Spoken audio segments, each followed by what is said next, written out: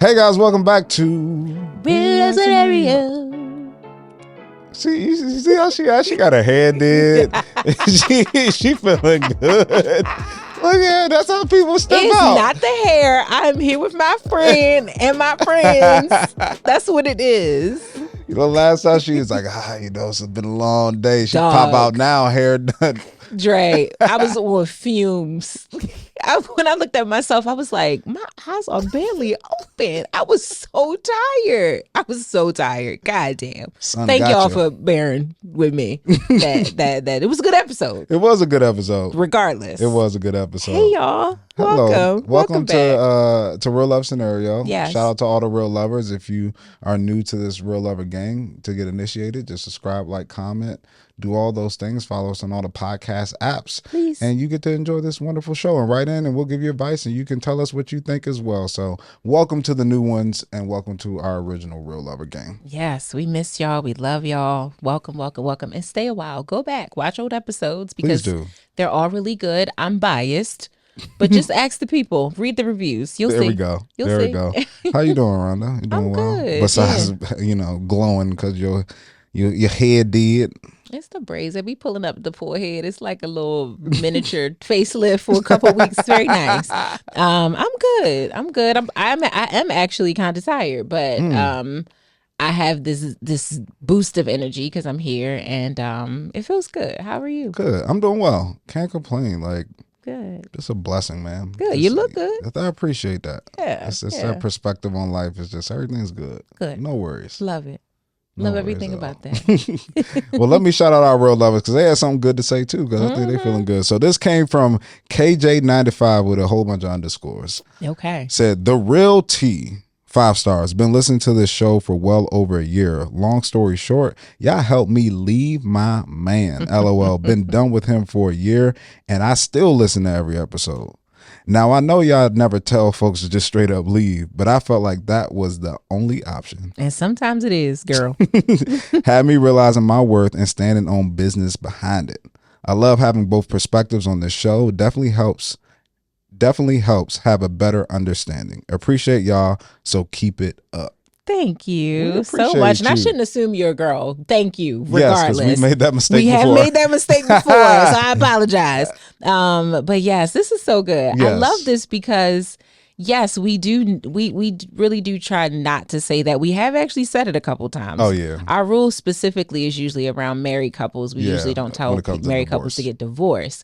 get divorced. But I feel like we give advice for you to get to that conclusion on your own, kind of, Yes. sort of. We're like the friend in your head, the little angels on your shoulders. Like, we not saying leave, but that's what it's looking like you should do. So hopefully you arrive there. So I'm glad. It sounds like you're in a better space, and that's what we care about. We are so happy that you're in a better space. Yeah. If you happy, we happy. That's right. And that's all that matters. That's right. Thank you, KJ. Thank you. Are you ready for our real life love scenario? I am. Okay.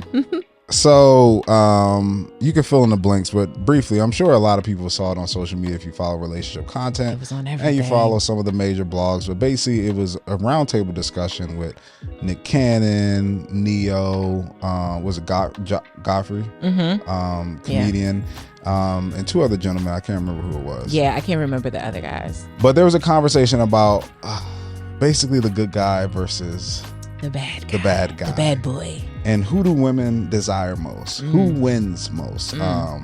Who is better positioned to get the girl? And there were some interesting perspectives. Most of them agreed that they have started off trying to be the good guy, and then they realized that didn't work. Yeah. So then they decided to go the bad guy route. And even Neo said both didn't work for him, but the bad guy Obviously. worked a little bit better. And I guess what better is, who knows? Yeah, I don't know. But you can't, if you're listening, you can't sense the sarcasm Yeah. in Rhonda's answer there. Lots of it, guys. But yeah, what's your thoughts on this, being our resident woman here? Yeah.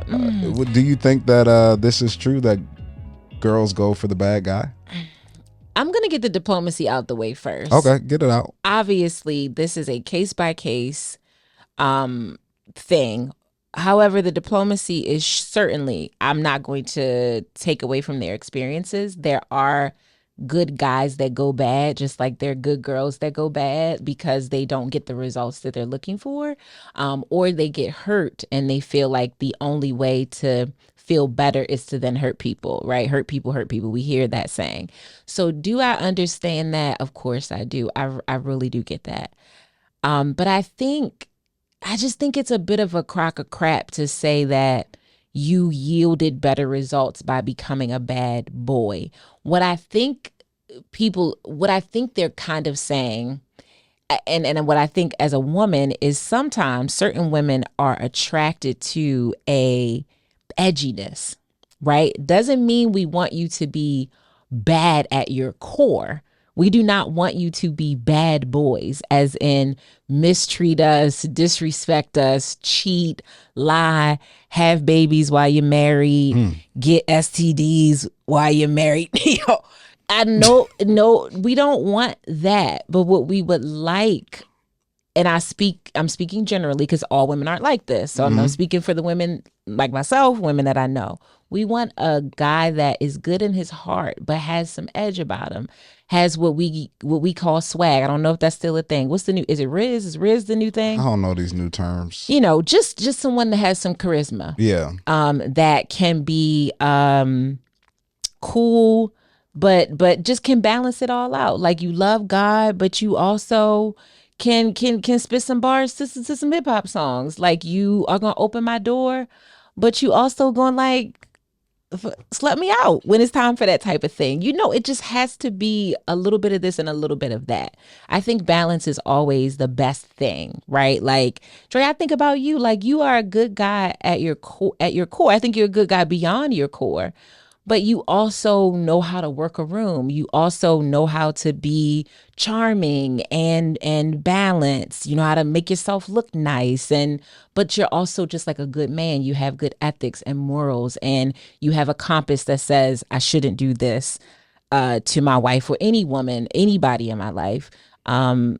But you also know how to balance it out. And so I think that's what it is. That there needs to be a better way to explain out what they're saying. I think it's lazy, and I think it's an excuse to say that, oh, I wasn't getting the girls when I was being good to them. Maybe you were also shooting at the wrong girls. That's also very possible. The girls that you might want may in fact love bad boys. That's very possible. The vixen, the girl that is looking the way that you want, she might be a bad girl. So that's why she want a bad boy.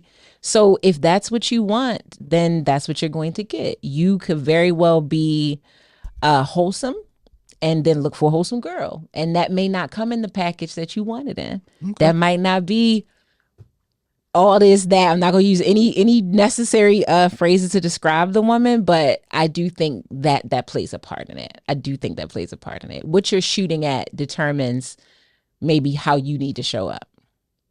So yeah, I don't know. It felt like an excuse. And Nick Cannon and Neo specifically, I'm not here to judge them, but their decisions around women that we see have been interesting, especially Nick. With all of the children and all of the families that he's created, I understand what he's tried to explain about it with legacy and all of that. But I think creating that many homes, that has nothing to do if you were a good guy and then you decided to be bad and this is how you got there. Same thing with Neo. Like, that's not what that. I don't think that's what that is. It's just a series of bad decisions. Okay. Yeah. Okay. That's my 2 cents. Okay. I would love to hear yours as the non-resident woman. What Rhonda gave was a great answer. Okay. Here we go. It was a great answer. You about to give me, y'all. But that's the mature woman answer. She is 40. That is a mature woman answer. Yeah. Mature woman want edge. Yes. Immature woman want validation and approval. And that's where the origin of the bad guy starts. Okay. So let's say in general, most people feel like innately that they are a good person. Mm-hmm. Now, if you desire something or someone and they don't believe you are that good person, you naturally want to prove them wrong, right? A lot of times. Yeah. especially in an immature state where you can't really tell the difference if that's good or a bad thing. Mm-hmm. So you enter into this world, because a lot of them said when they were younger they were the good guy, right? Yeah. You enter into this world to where the good guy is reaffirming all the things that you yourself believe about yourself. Yeah. But instead of going and choosing that guy, you're choosing the person who you have to prove you are the person that you are too. Okay. So now as the good guy, I'm looking like, I believe you are the person you believe you are. Yeah. And I want to celebrate that. I want to give that person flowers. I want to be sweet and kind to that person. But for some reason, I'm being ignored. So you can prove to somebody who doesn't believe that you're any of that, and prove to him constantly, and seek his approval and validation. Mm-hmm. And that's where the origin story starts. Mm-hmm. Because now I'm resenting that. Yeah. I'm angry. Yeah. I'm upset. I see how you're getting treated. You say you want better because you communicate that you want to be treated like the person you think you are, like a queen. But when you have the person who's ready to give that to you, you don't want that person. You rather try to get it from somebody who doesn't see you as that at all. So then looking from that perspective as the guy, you're like, well, it's more work for me to be the great guy and do all these things. And it's not even yielding me the results that I want at this time. So why not be in a position to where I don't have to do that? And I see that it gets me the attention that I want. Or even in those situations, it can come across as, okay, I still don't think that's right.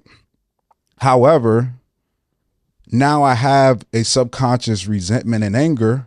So when you do get to the mature phase and you realize the good guy is actually the one that I should be trying to talk to, now I'm in a position like, you're back.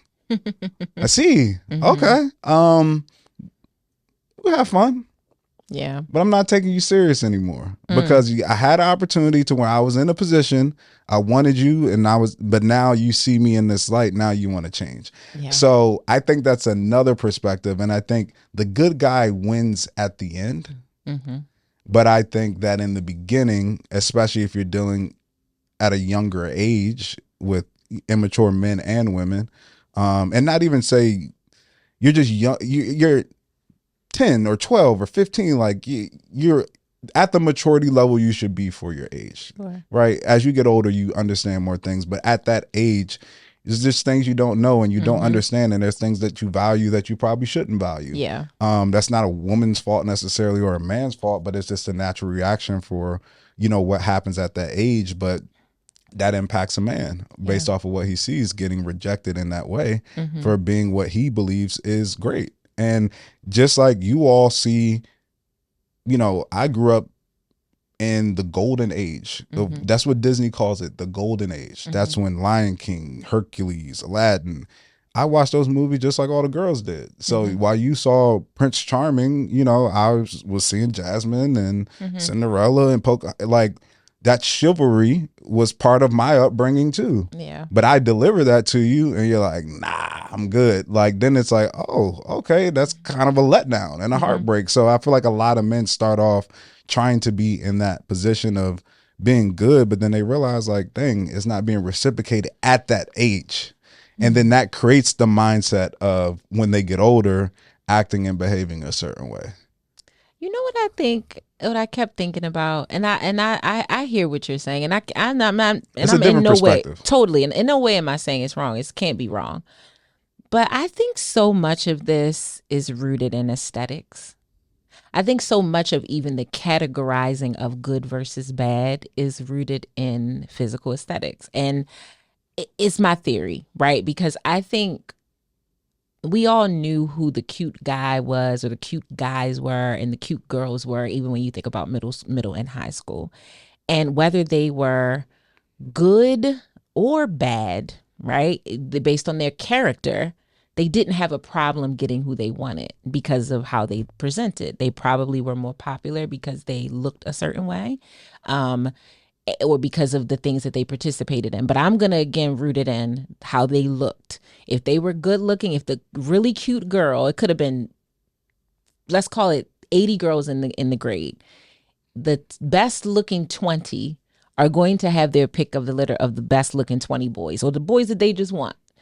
And so those girls could be good girls, they could be bad girls. Same thing with the boys. I feel like the mistreatment, the good guy being the chivalrous one and all of that, it's rooted in the aesthetic. 9 times out of 10, the one who is being good and is being nice and is being sweet is probably not the cutest guy. He's probably not the freshest guy. He may not have the best looking clothes. He may also not have that edge that I talked about. He doesn't balance it. Where the cute boy could very well be good, but he also has the edge, or his edge is just something he didn't even work hard at. His parents had sex and they made his face. They made him look the way he looked. He didn't have to try like that. I feel like that is really what we're talking about a lot of times. I don't think it becomes more rooted in your character until you get a bit older, even if it's not until you're in your 20s. Like, I'm not saying this to be mean at all, because I think talking about people's looks is like not okay. But I think in general, when you look at Neo, I don't think most women are like, he is so handsome, right? Like, I'm not saying he's unattractive. I think he's unique. He has a very unique look.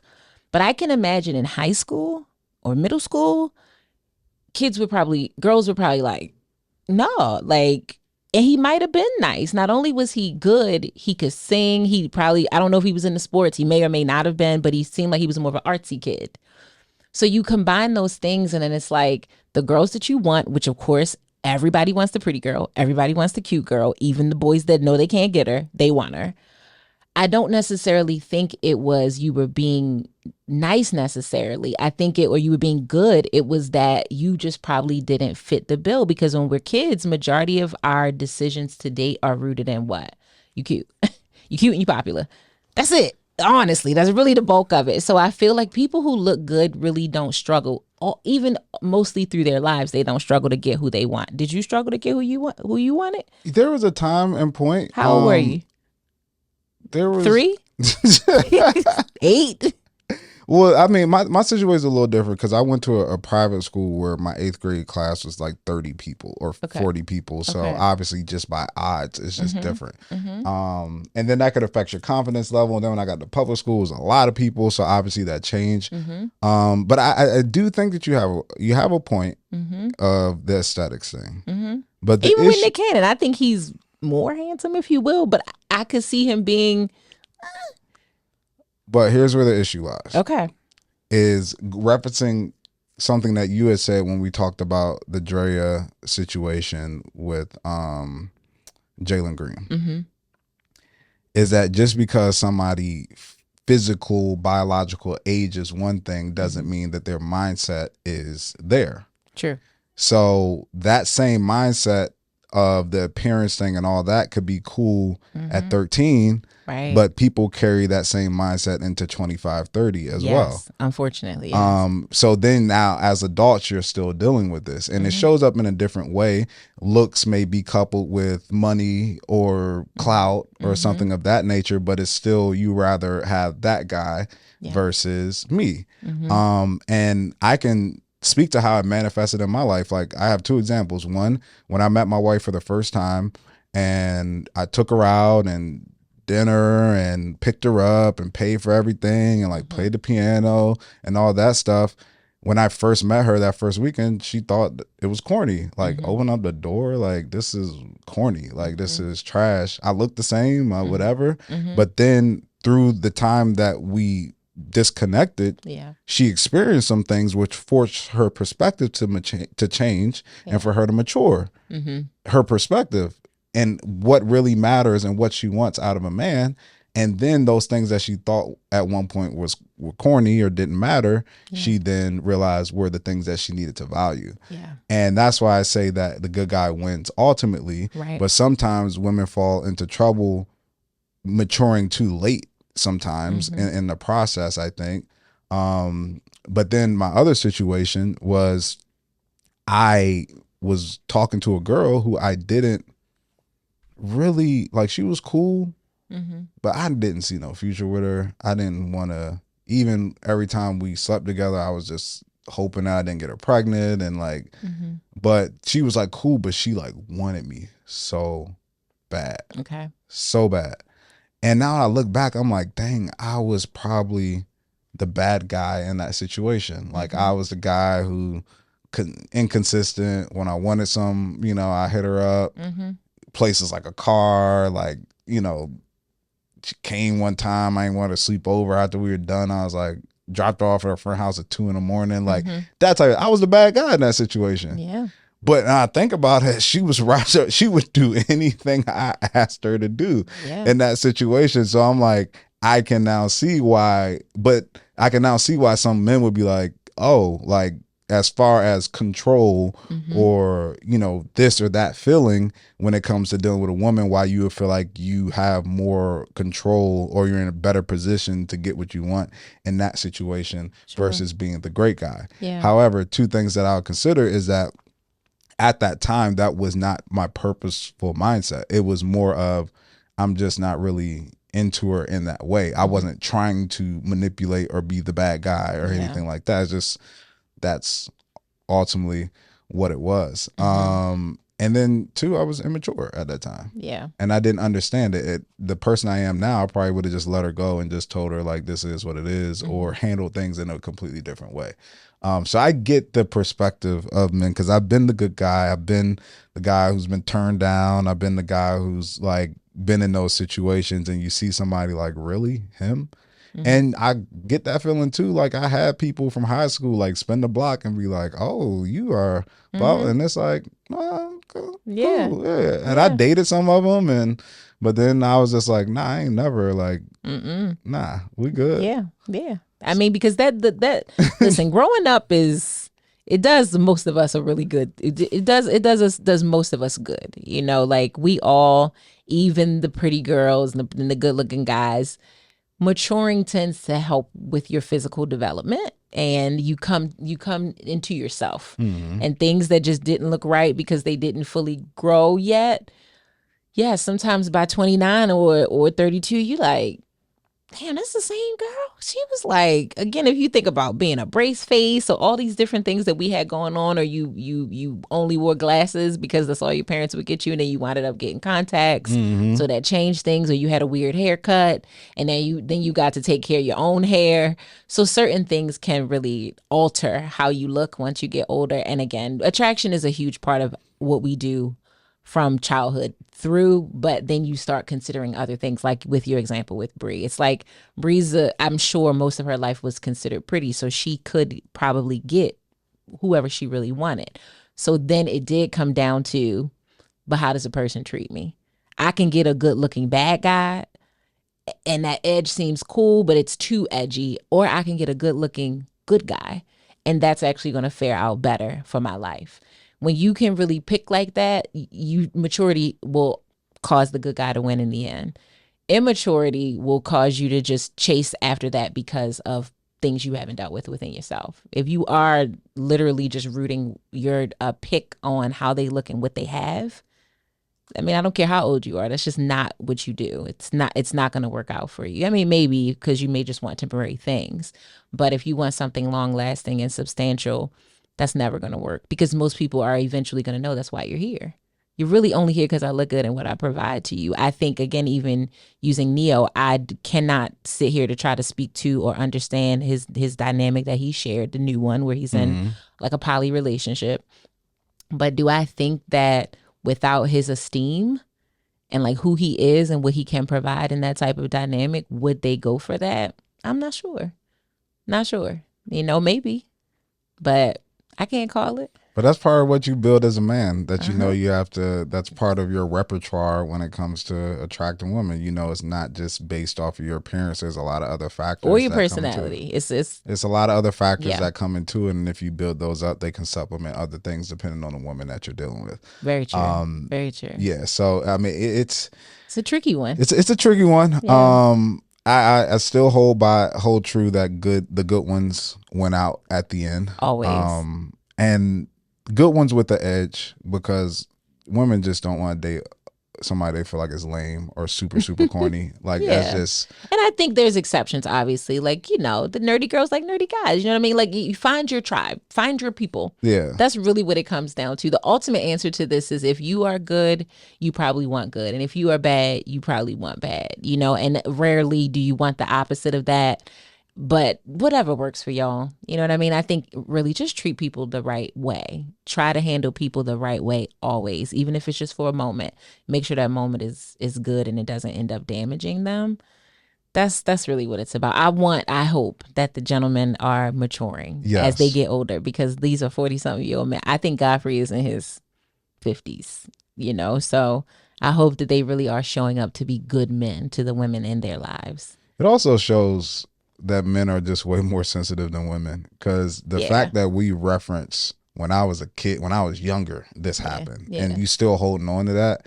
It's Running like through them, getting your lick back 25 years later. it just hurt. It still hurt. Like you still remember those times, and you're still insecure about a lot of those things maybe you were told when you were younger. Like those things still affect you. So it's just like be mindful too of when you tell people things, and like, you know, how it affects them. Because it does, man. It does. That shit sticks. As a person who has experienced it, the shit sticks and it sucks. All right, let's jump into our real love scenario. This week we hear from a brother's love, and he says, "Hey, I'm 42 years old, and my little sister is 33, and she's been dating a piece of shit for almost 2 years now.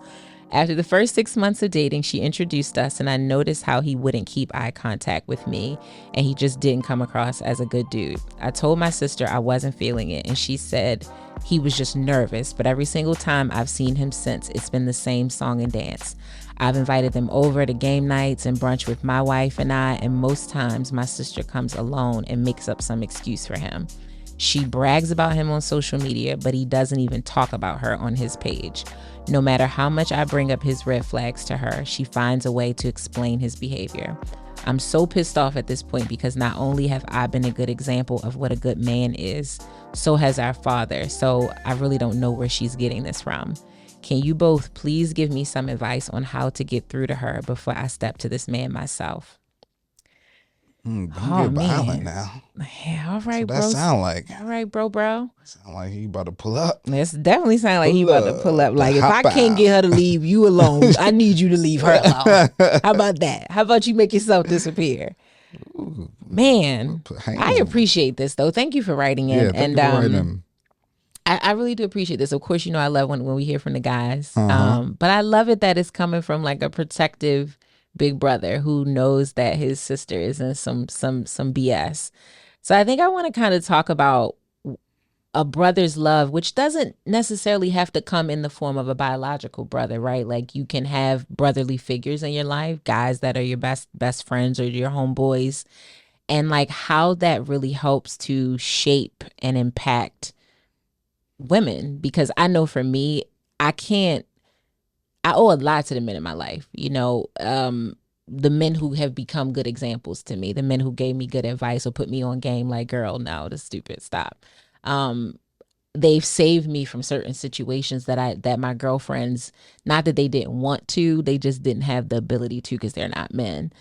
So I know how important it is for me. And now more than ever, I listen to the advice from the good guys in my life, because I still got some bad guys in my life. Like they my friends or my brothers, but they ain't shit. So I can't really take their advice.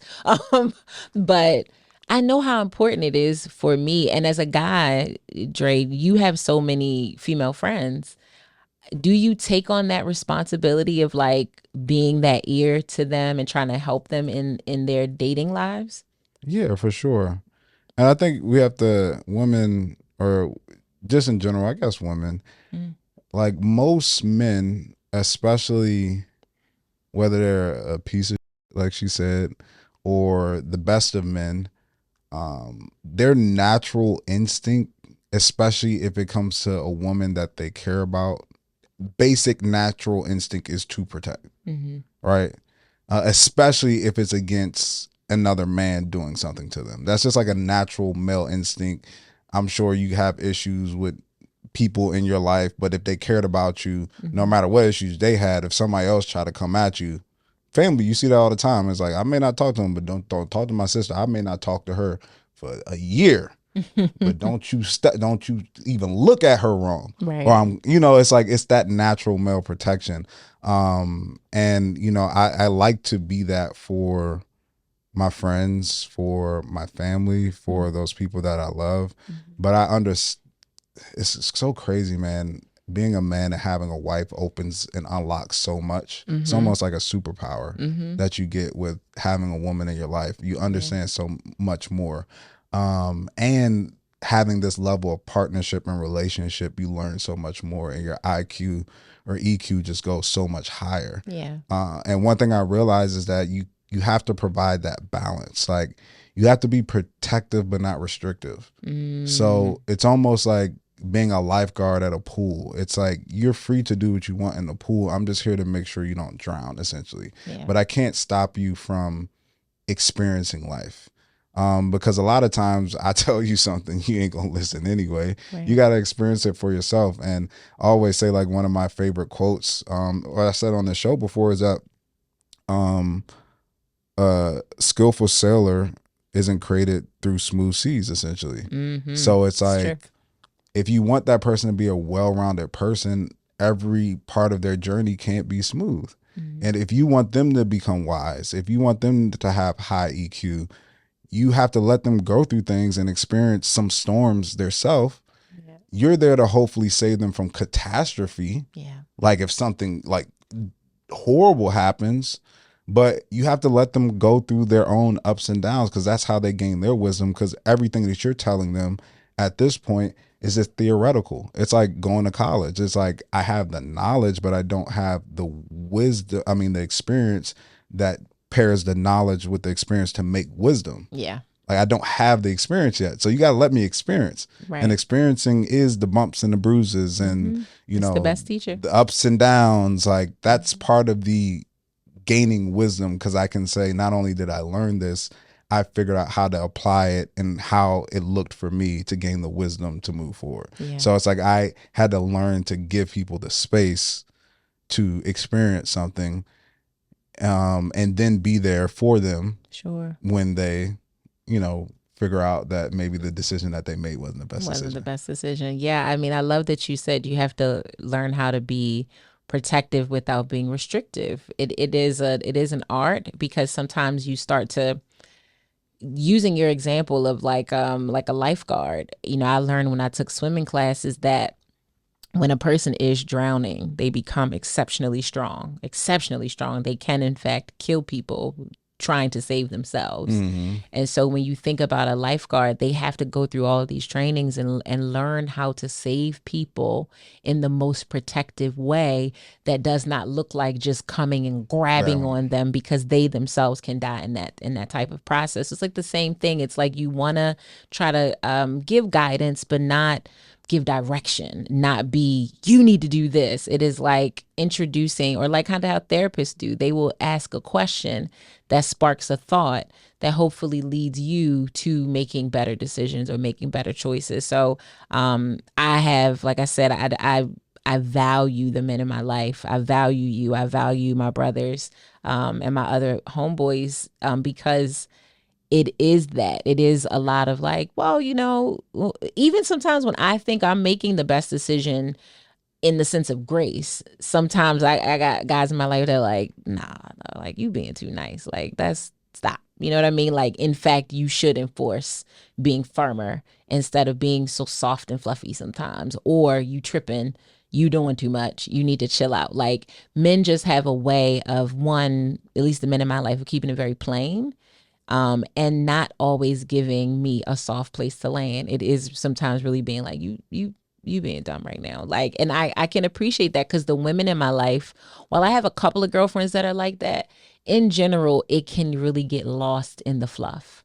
The guidance gets lost in the, well, girl, you know what? You are just a beautiful woman. And like, I'm sure that you're going to make the best. Like, it's like, all right, girl. Yeah. You know what I mean? We're just soft and nurturing in that way, where, like I said, with men, it's just more straight to it. And I need both. I definitely need both. Like, I found a therapist recently, And I decided to get a guy this time. My first two were women, and I was like,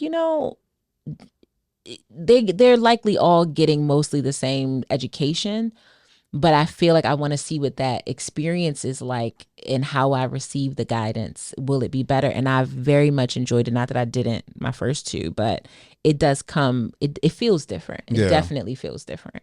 Yeah, for sure. And one thing I learned too, it's like it reminds me of my conversations that I have sometimes at work when I'm like closing deals and talking to people. Sometimes I tell them like, what you're asking for or what you want isn't necessarily wrong. But every company has their own business model. They have their own way of doing things. They have their own assessment of risk. So it's not necessarily wrong, but how we operate over here is just a little bit different. Yeah. So what I equate that to is sometimes I had to realize that everybody has their own risk assessment.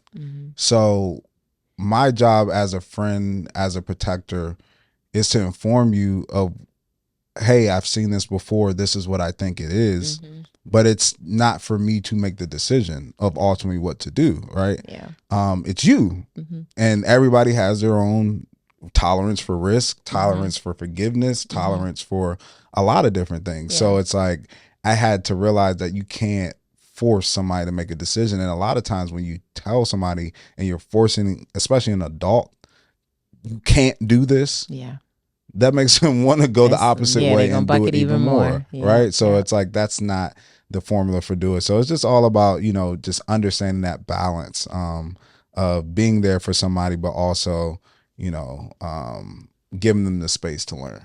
Absolutely. So I want to flip this a little bit because I think clearly you and I are mature. Yes. Right? We are mature, and I think we understand the beauty and balance of having friends and people in our lives of the opposite sex and how that enhances your life. But every day, no matter how much I try to change my algorithm, guys, I get on the internet and I see the battle. Okay. I see the battle. I see how much men don't listen to women and women don't listen to men.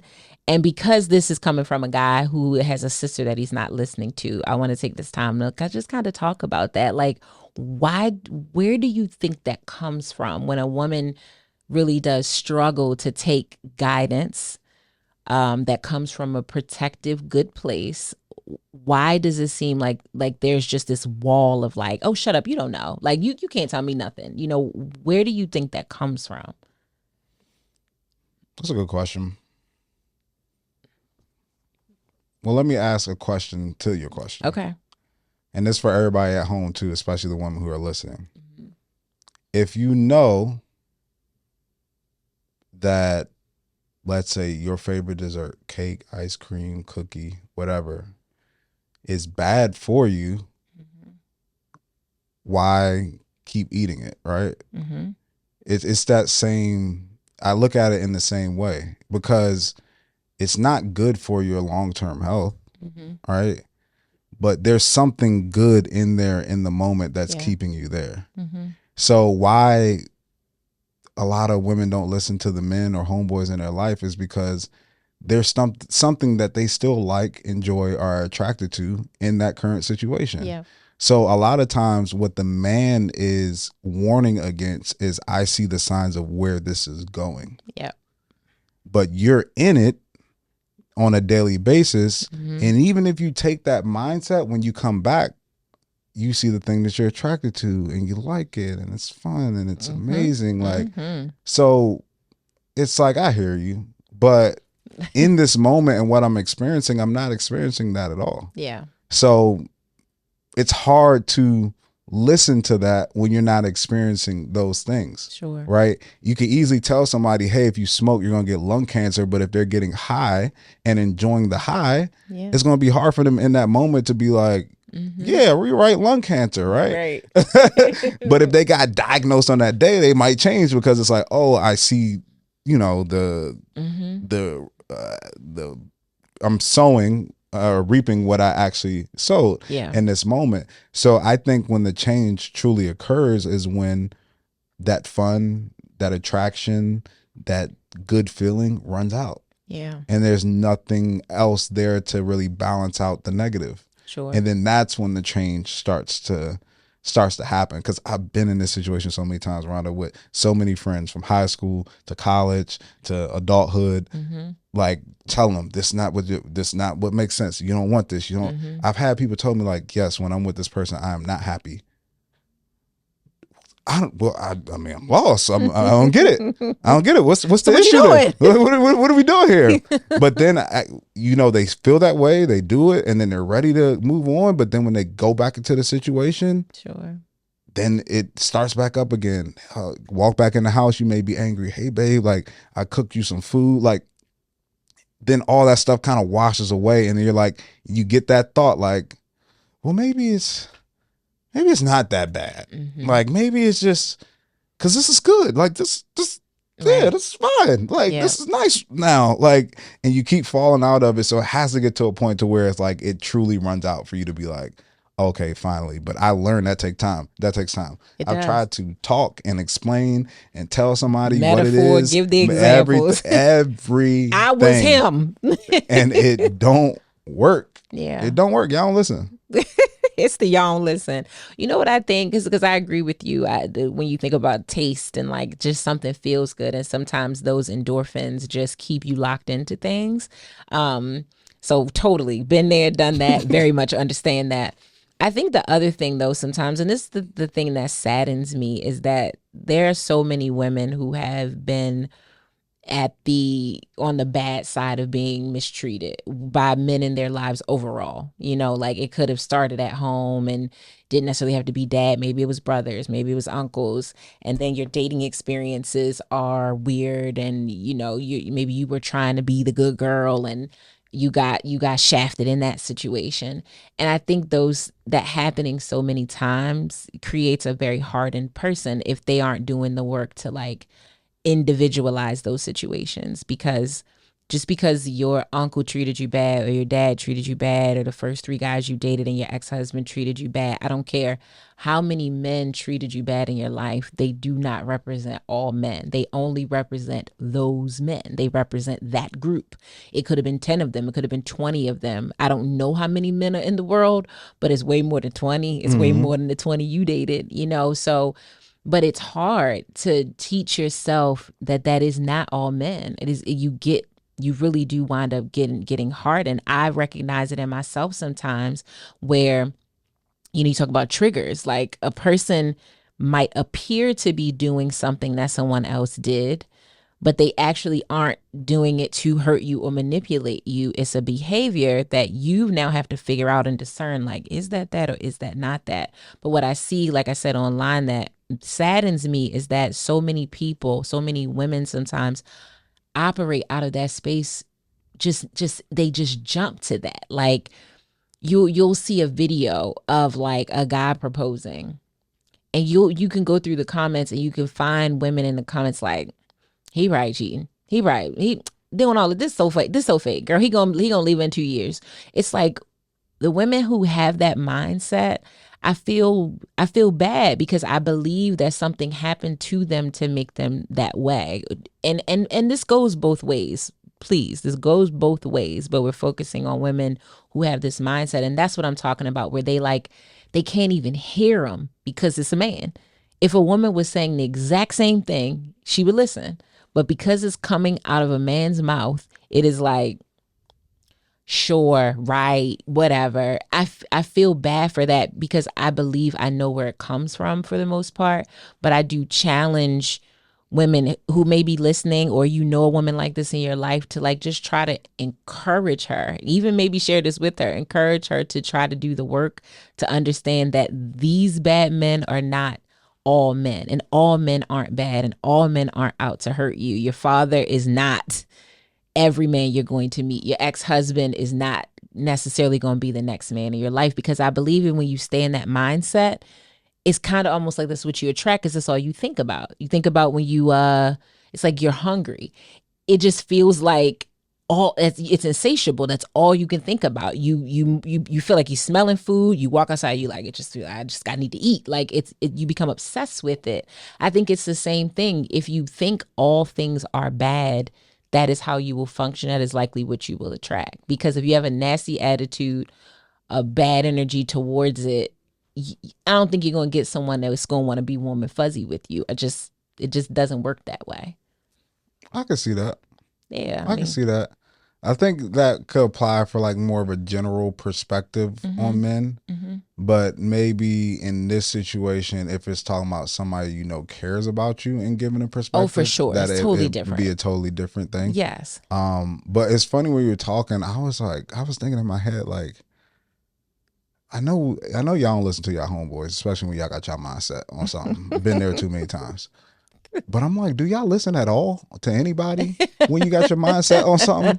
And I realized too, it's like, y'all don't listen to your homegirls either a lot of times. Like, when you got your mindset on this going to be the person. Yeah. And the thing is, like, at least the homeboy probably is genuinely telling you, like, oh yeah, this is what it is. Your homegirl, you might think it's jealousy or like some type of envy of your situation. But what I see a lot with women sometimes is that, first, the homeboy may say something if you ask or give you an opinion, but he ain't gonna harp on it every time y'all around. Yeah. Right? But your homegirl might bring it up every single time she sees you. So what's going on with exactly? Yep, seen it. I said, I've seen this movie before. But the thing is, what happens, because I've seen it before, is that if your homegirl start questioning you all the time or saying he ain't good, you'll start to distance yourself from her. Yep. Right? Yep.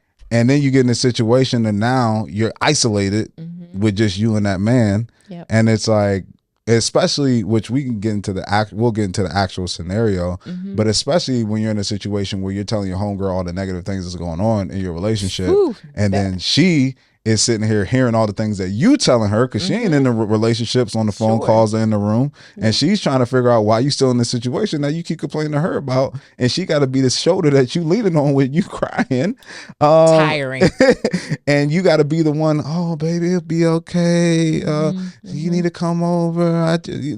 She getting tired of that, and she expressing herself and tell you how she feel, but you don't want to listen to her, because then she putting a damper on your situation. You just want a shoulder to cry on. Yeah. So I say all this to say, again, I've seen this movie before multiple times, that I don't feel like y'all, when y'all got y'all mindset on something, y'all don't really listen to nobody, honestly. Everybody, it's like, it's just, at least the homeboy is like, I hear you. But if it's your homegirl or your mom or another woman, sometimes y'all equate it to like jealousy or envy, or like, you know, what does she know? Yeah. Like, and then, because don't let it be a family member where you know their past situation. Oh, because she divorced, that's why she all up in like y'all get catty in over there. It definitely gets spicy. Yeah, I mean, I definitely, I hear that. I think that's I don't know. It's hard to say, because I have to take your insight. You see how I'm listening to you? Yeah. I have to take your insight as a man who's experiencing women, friends and otherwise, not listening. So it's real for you. I feel like most people, when their minds are made up, they don't listen.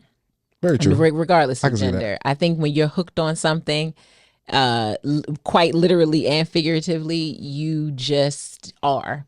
And you really do, like you said at the top of the episode, you really do, at the top of the scenario, you have to allow knowledge to meet experience, so that the person gets the wisdom on their own. Sometimes that is just truly what even when we were kids, I mean, that's how you sometimes just had to learn. Stop running. And he's like, I'm not going to say nothing. And when he falls, when you fall and that skin come ripping off your leg, you'll probably stop running. At least you'll slow down. You know, you will have to, I told you to stop running, so you got the knowledge, but then you had to fall and rip the skin off your leg to get the experience. Combined, next time you probably going to walk, or you're going to take your time with the run, or you're going to run in areas that is safe to run in, you know? So I think that's a problem for all people, but yeah. And I've even learned as a woman who is a friend to women, sometimes you really just have to listen. We have talked about that before on many episodes. Sometimes when your girls are venting to you, it is in fact not for you to advise. It is not. It is for you to listen. And most importantly, not only is it not for you to advise, it is not for you to judge. If she wants advice, you can ask her, does she want advice? Or wait for her to ask you for advice. But sometimes it is just for you to be the ear and allow them to navigate their own situations. I just had this back and forth with one of my friends who's like, so you just gonna let her do that? And I'm like, we are all grown, bro. Like, we're grown. Like, she will figure it out. I could very well not agree with what she's doing right now. She grown. Yeah. She's grown. She'll figure, and if it doesn't work out, nothing's gonna go wrong in my house. If her situation don't work out, I'm gonna be fine.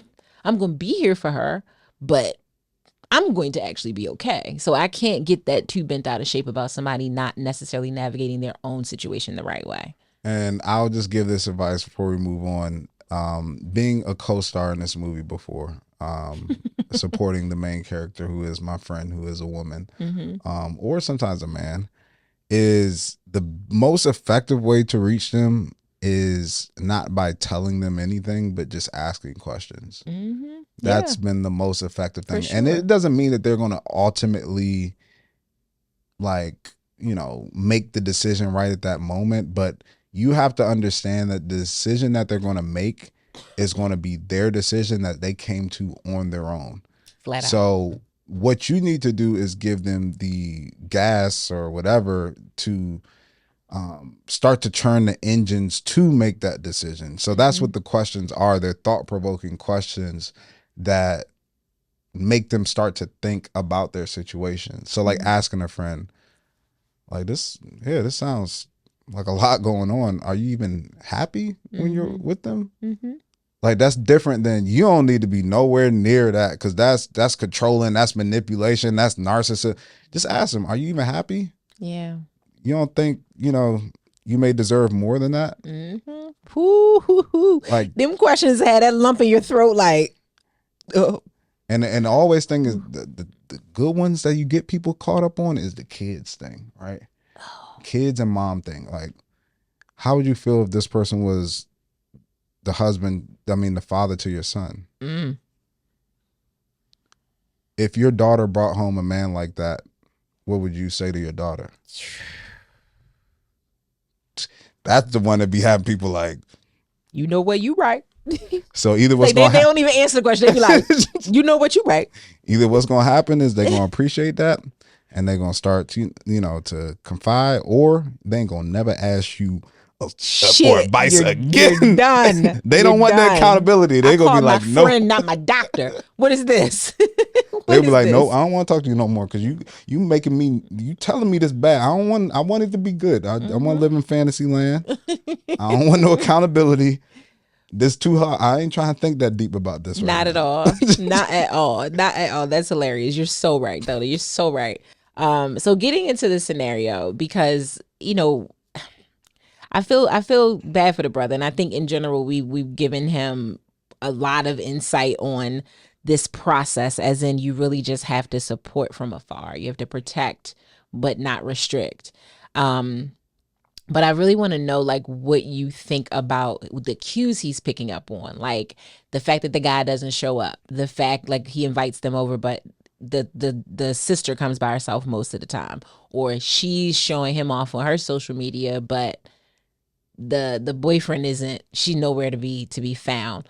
Do you think those are real cues for, like, he's a piece of shit, like he's not as invested as the sister might be? Honestly, no. Okay. I feel like the energy is very harsh. Okay. I feel like it's very harsh energy. First, I think even though it seems like, let's say he's around the same age as the sister, the boyfriend is. It's a 10-year age difference. I think that does matter a little bit with the things that you see and the things you experience, and even the things that you believe. Yeah.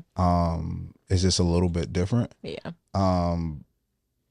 So, I mean, when I looked at this, I'm like, I don't see, like, I see your perspective on these actions, but I don't see anything that's super alarming to where you feel like you need to step in and step to him and save her from something. Yeah. Number one, I'm gonna break down this whole scenario. Hey, I'm 42 years old. My little sister is 33. She's grown. Very. very grown. Mm-hmm. She understands that you are a great example and a great husband and that you love her. She understands, speaking from what you said, that your dad is a great man that loves her. Mm-hmm. And it seems like the mom is probably great too. If you said the dad was a great example of what a Yeah. man should be and everything. Yeah. She's grown enough to decipher and figure out what she feels like makes sense for her. And you have to trust her to do that. She's not 17. She's not 15. She's 33. Yeah. You got to give her the space. Again, like I said, don't you protect her, but don't restrict her. Allow her to experience something and see that it may not be that thing, right? After the first 6 months of dating, she introduced us, and I noticed he wouldn't keep eye contact with me and just didn't come across as a good dude. No one. Like, you're a little older. Like, eye contact means probably a lot to you. Does that mean he's a horrible person? I don't know. Like, could that mean he's fearful of you or intimidated, or maybe he didn't grow up in a place to where that was like a thing? And so that's one thing. And then saying that it just doesn't come across as a good dude. Like, I don't know what that means, right? Like, is it the mannerisms? Is it somebody's just shy? I have friends who are guys who have social anxiety. When they're around people, it's like almost like, can I just remember the Homer Simpson into the like the hedge, like just slide back, like I just don't like being around people. Like some people are that way. And from reading this, it seems like it could be a situation. I told my sister I wasn't feeling it, and she said he was just nervous. Why not just believe her? But every single time I've seen him since, it's been the same song and dance. Maybe just who he is, his personality, social anxiety. I invite them over to game nights and a brunch with my wife, and most times my sister comes alone. That means sometimes he does come, right?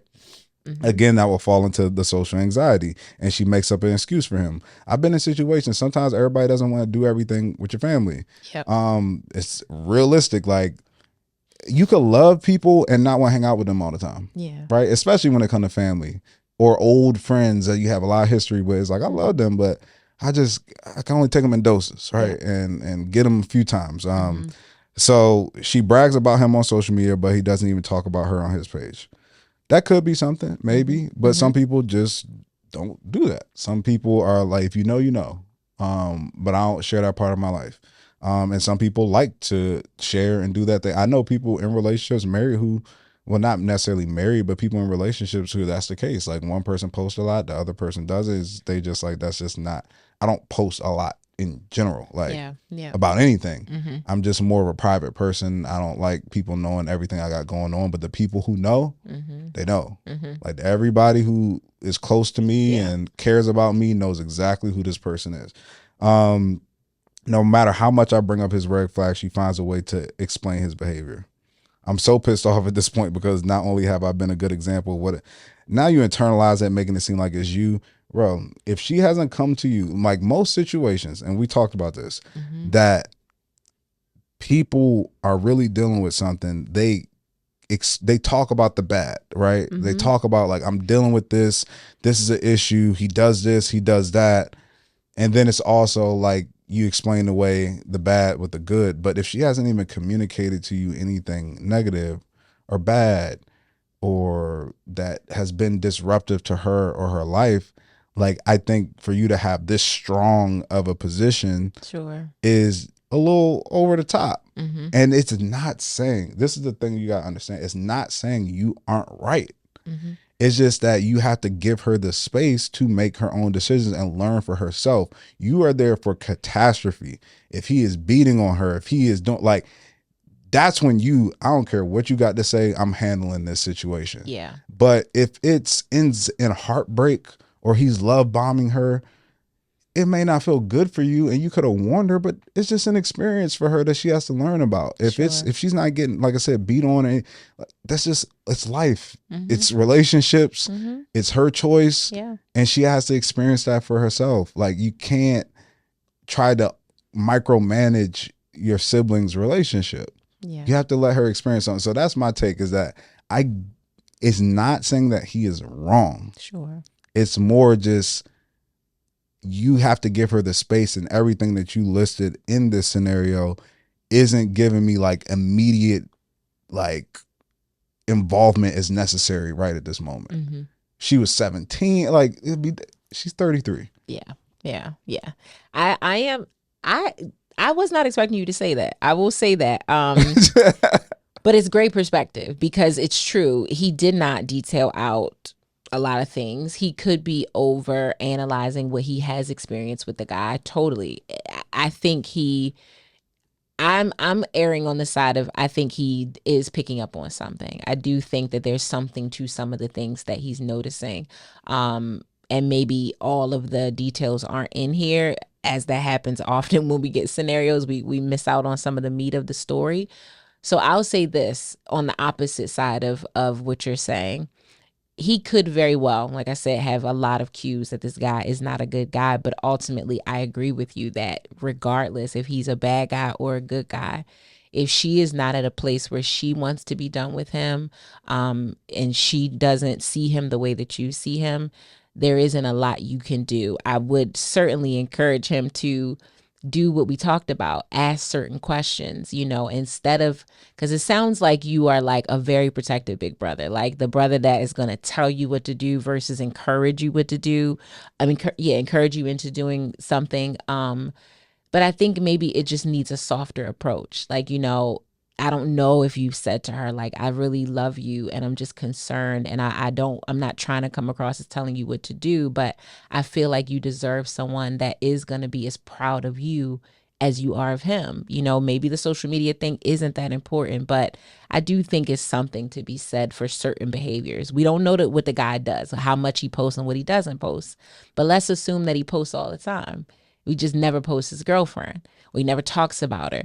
I do find that to be interesting when the other person in the relationship is doing it, because usually when you have that type of dynamic, neither person does it. You both decide that we're going to be pretty private. We don't talk about it. Who was I just looking at the other day? Oh, I was at the event that I went to last weekend with Adrian Holmes and his wife. Shout out to them because I did talk to them about coming on the show, hopefully one day. And they talked about being, while they're both public figures, Caroline talked about them being relatively private. Like they will post photos of each other, but they do not document, like when they're on vacations together. They don't do a lot of that stuff because so much of it is just personal to them. But you see that when you look at both of their pages, you get that energy from both sides of it. Now, granted, a little different because they're married and they've been married for a lot of years. But I also think, like, even when I think about him approaching the guy, obviously stepping to him is it, that just even how that's phrased is like, dog, what's up? You know what I mean? Like, but you stepping to him is not the right approach. But I think if you really are trying to find out if he's serious about your sister, because at 33 you've been dating for 2 years, I think you're trying to figure out if he wants to do life with her. I think maybe it just may be worth you inviting him out, just you and him. Like, yo, let's just grab a beer. Let's just grab a drink. Like you come over. I got some cigar. Whatever men do when men hang out with men. Just you and him. No pressure. I just, I'm not here to interrogate you. Try to kill all of what he may feel from you, because he could be socially awkward, but he could also feel like energy. Yeah, he could feel like this nigga is trying to kill me. Yeah. You know what I mean? Like, so try to kill all of that ahead of time. Like, I just want to talk to you. You know what I mean? Like, and sometimes you lean into the fact that, listen, I'm a man and I understand it. I love my sister and I'm going to see her differently than you are going to see her. I'm going to think that she is amazing and the best and deserves the best. But I can respect that you may not see her that way. And I just want to understand that if that is really what it is, that's what she wants. You know what I mean? She wants somebody to see her that way. So I'm not trying to strong arm it. Y'all are going to do what you want to do, but I do want to understand, because I love her that much, because I want a brother in my life, whether biological or not, to care about who I'm spending my time with in that way, not to control me, but to care enough to be like, this man is going to be a part of our family, not just your husband. He's going to become my brother. He's going to become our father's other son. It is all of these things. So cultivating a relationship with all of us is actually important, especially when you think about like 2 years in. If I have a close relationship with my sister, naturally I will want to have at least a decent relationship with who she gonna marry, with who she's gonna actually be with. So I think it just may need to be some softer conversation, softer with the sister, and also a one-on-one softer situation with the guy. And that double dating dynamic can be hard for anyone, regardless of the dynamic. Some new couples are like, I don't want to go nowhere with the. It just feel like pressure, you know what I mean? Especially because like you're married, they're dating. It's like, are we about to have to go through so I mean, what's your intentions with my sister? You know, like sometimes you don't want that. And I get it though. If that question really does scare a man that spent 2 years with your sister in his early 30s, then he probably not the one. I mean, he's probably not the one for her, but it's going to be on her to decide that. She could very well be okay with being a girlfriend for 10 more years. It's up to you. I mean, it's up to her. It's not up to you. And he sound intense. Like it might be that energy. And sometimes when you get in those situations, you might not even know. Your sister might be like, "It's okay, you don't gotta come. I know my brother's gonna hound." Like she's giving him permission not to come. So it's not even him being possible. Like, she could be like, because we do that with family all the time. Like, you don't got to worry about this one. You can sit this one out. I'll do whatever. So it's just not like ultimately, like we said, you could be right. Yeah. But it's not your decision to make. If you're gonna come to him and talk to him, it needs to be in an environment that's disarming. Totally.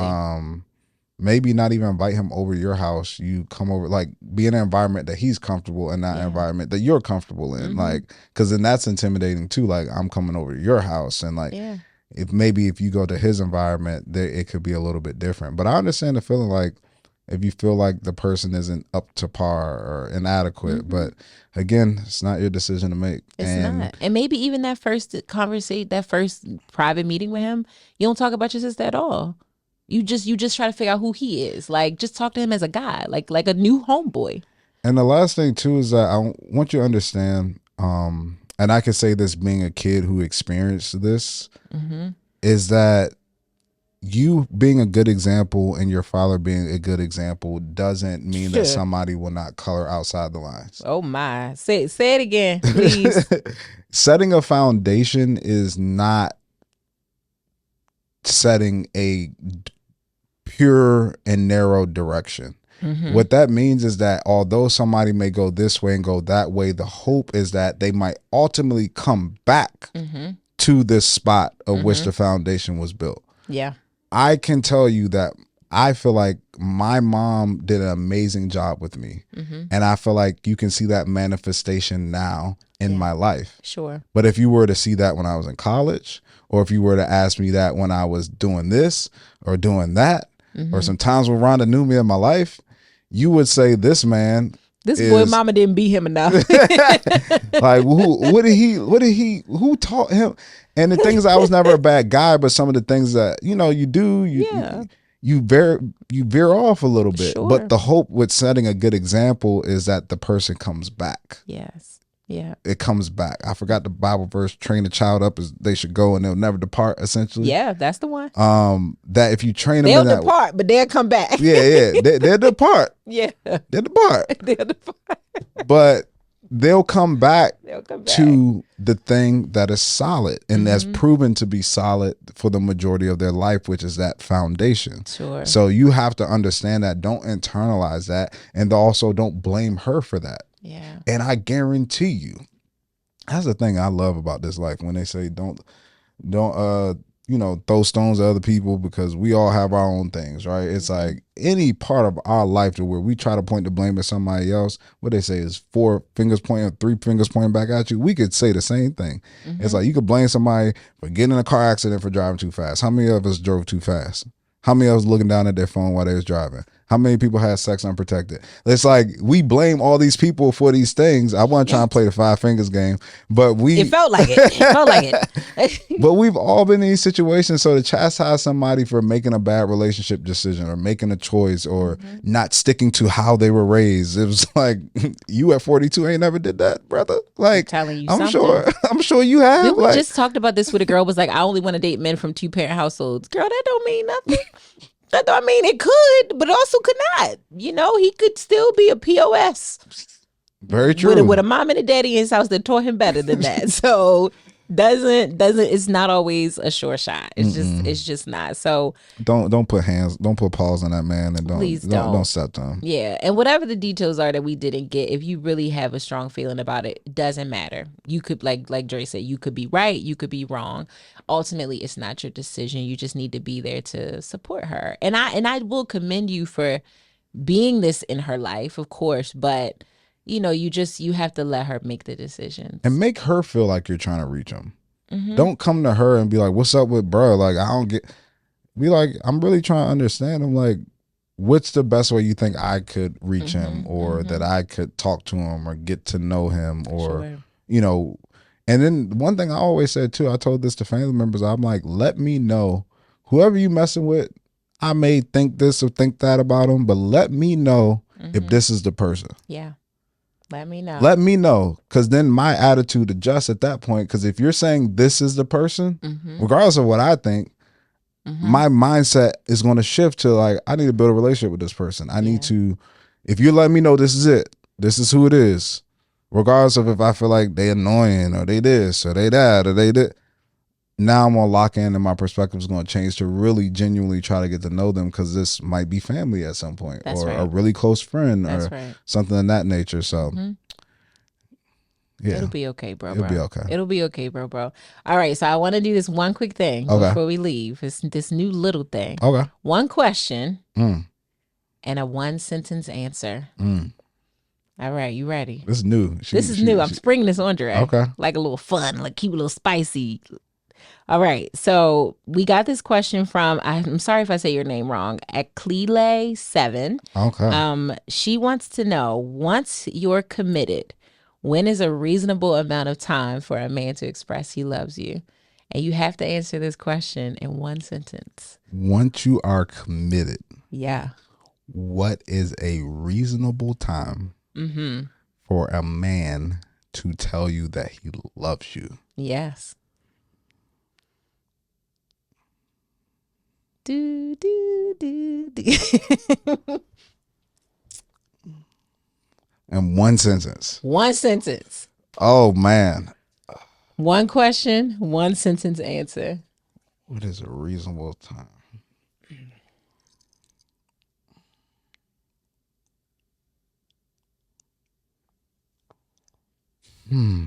I'm thinking of all the different. I've stumped the Dre. Because I'm thinking of all the different scenarios in my mind. Well, it could depend on. Let's see. If people committed, what is when did the commitment What happen? is commitment, actually?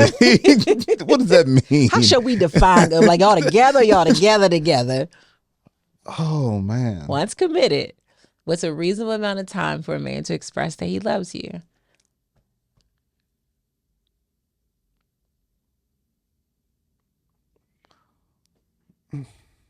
I'll say this. All right. I'll say this, comma, that's the beginning of the sentence.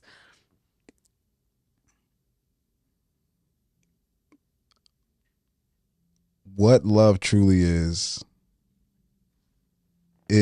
being truly committed. What in the sorcery was that? That's my answer. Boy. Dre. Y'all listening and watching. Tell Dre what y'all think about that answer, please. So you said what love truly is being truly committed. Okay. That's some Art of War stuff right there. Boy, sorcery. You hear me? That is sorcery. My answer to the question, I think a reasonable amount of time for a man to express that he loves you once he commits to you is within the first year. So anytime between once you're committed to up to a year. I didn't know we could have subtext. That ain't no subtext. That's all. I just wanted to clarify what I meant by within, like within a year, within 12 months of commitment is my answer. I think that's a reasonable amount of time. So hopefully that helped you. If you need an explanation, DM Dre, because I felt like my answer was very direct. DM Dre about what he means by once you're truly, it's giving at the end of the day got to end. That's what it's giving. You gotta think about it. Gotta think. I know she Right. mad. Like I asked a question. This gave me a fortune cookie. Definitely gave you a fortune cookie, baby. He definitely gave you a fortune cookie, and and it's entertaining, so I'm down for it. You gotta Listen, think about that. You gotta think. You gotta think. Think about it. listen. If you have one question that you need a one sentence answer to, you DM us at Relationship Restored, any of our social medias, myself or Dre. But to a brother's love, thank you so much for writing. And if you want to share your story with us and get more lengthy answers, write into us at relationshiprestored.com. Click the no, just don't submit your question. Go to the website and write in your scenario to us as usual. But also follow us on social media. I'm at Ronnie Cakes. As Dre Smith. At Relationship Restored. We'll see you next time. Peace.